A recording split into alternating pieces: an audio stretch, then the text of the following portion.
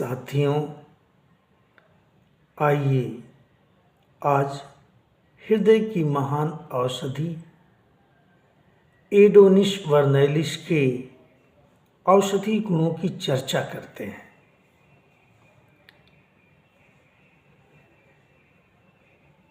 सबसे पहले इसके पौधे का परिचय कराते हैं। एडोनिस वर्नैलिस का पौधा यूरोप तथा एशिया में सर्वव्यापी है। यह यूरोप तथा एशिया का नेटिव प्लांट है। लिलिएसी परिवार में यह 12 मासी पुष्प वाला पौधा है।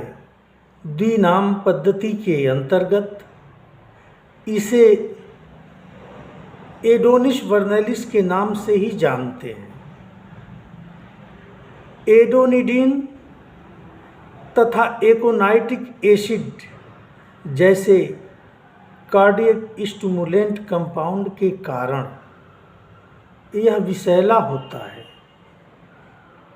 परंतु भेषज विज्ञान के अंतर्गत जब होम्योपैथिक चिकित्सा पद्धति के पैमाने पर कसौटी पर कसा जाता है औषधि निर्माण के दौरान, तो यह हृदय की महान औषधि बनकर के रोगियों का कल्याण करने के लिए तैयार हो जाती है। एडोनिस वर्नैलिस में एक कार्डियक ग्लाइकोसाइड भी पाया जाता है, जो हृदय के आउटपुट को बढ़ाने तथा हृदय के गति को कम करने तथा हृदय के दक्षता को मजबूत करने में महत्वपूर्ण योगदान देता है। इससे हृदय के टॉनिक तैयार किए जाते हैं, जो नाड़ियों के गति को नियमित करने तथा हृदय के कंट्रक्शन को बढ़ाने का काम करते हैं। लो वाइटलिटी, वीक हार्ट तथा स्लो पल्स के लिए यह उपयुक्त औषधि है। मिट्रल वाल्व, जिसे बाइकस्पिड वाल्व कहते हैं, जो लेफ्ट एट्रियम तथा लेफ्ट वेंट्रिकल के बीच का कपाट होता है। लेफ्ट एट्रियम का ब्लड लेफ्ट वेंट्रिकल में इसी कपाट के थ्रू पहुंचता है,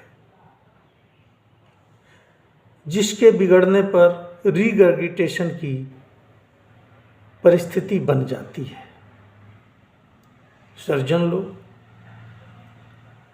उसके लिए सर्जरी की सलाह देते हैं, लेकिन यह औषधि उसको ठीक करने का काम करती है, उसे ठीक कर देती है और उसको दुरुस्त कर देती है। रीगर्गिटेशन की शिकायत दूर हो जाती है और वह मरीज स्वस्थ हो जाता है। उसी प्रकार से एओर्टिक वाल्व में जो रीगर्गिटेशन की शिकायत होती है, उसे भी यह औषधि ठीक कर देती है और दुरुस्त कर देती है। वह मरीज स्वस्थ हो जाता है और मस्त हो जाता है। साथ ही साथ यह fatty heart, endocarditis, pericarditis, myocarditis को दुरुस्त करने का काम भी करती है। रशिया में जहाँ एक समुदाय के लोग दूसरे समुदाय को मारने के लिए बम्बार्डमेंट कर रहे हैं, वहाँ यह औषधि जीवन दान देने के लिए समर्पित है। इससे लोगों को सीख लेना चाहिए और इसका उपयोग करना चाहिए। युद्ध पर विराम देना चाहिए। एक ऐसी औषधि जो लोगों को जीवन दान देने के लिए समर्पित है, और वहाँ लोगों का जीवन लेने के लिए युद्ध कर रहे हैं। इस औषधि से सीख लेकर के वहाँ युद्ध विराम हो जाना चाहिए। इन्हीं बातों के साथ इस औषधि को सैल्यूट करते हुए यह चैप्टर समाप्त कर रहा हूँ। जय होम्योपैथ, जय विज्ञान, जय हिंद, जय भारत। धन्यवाद।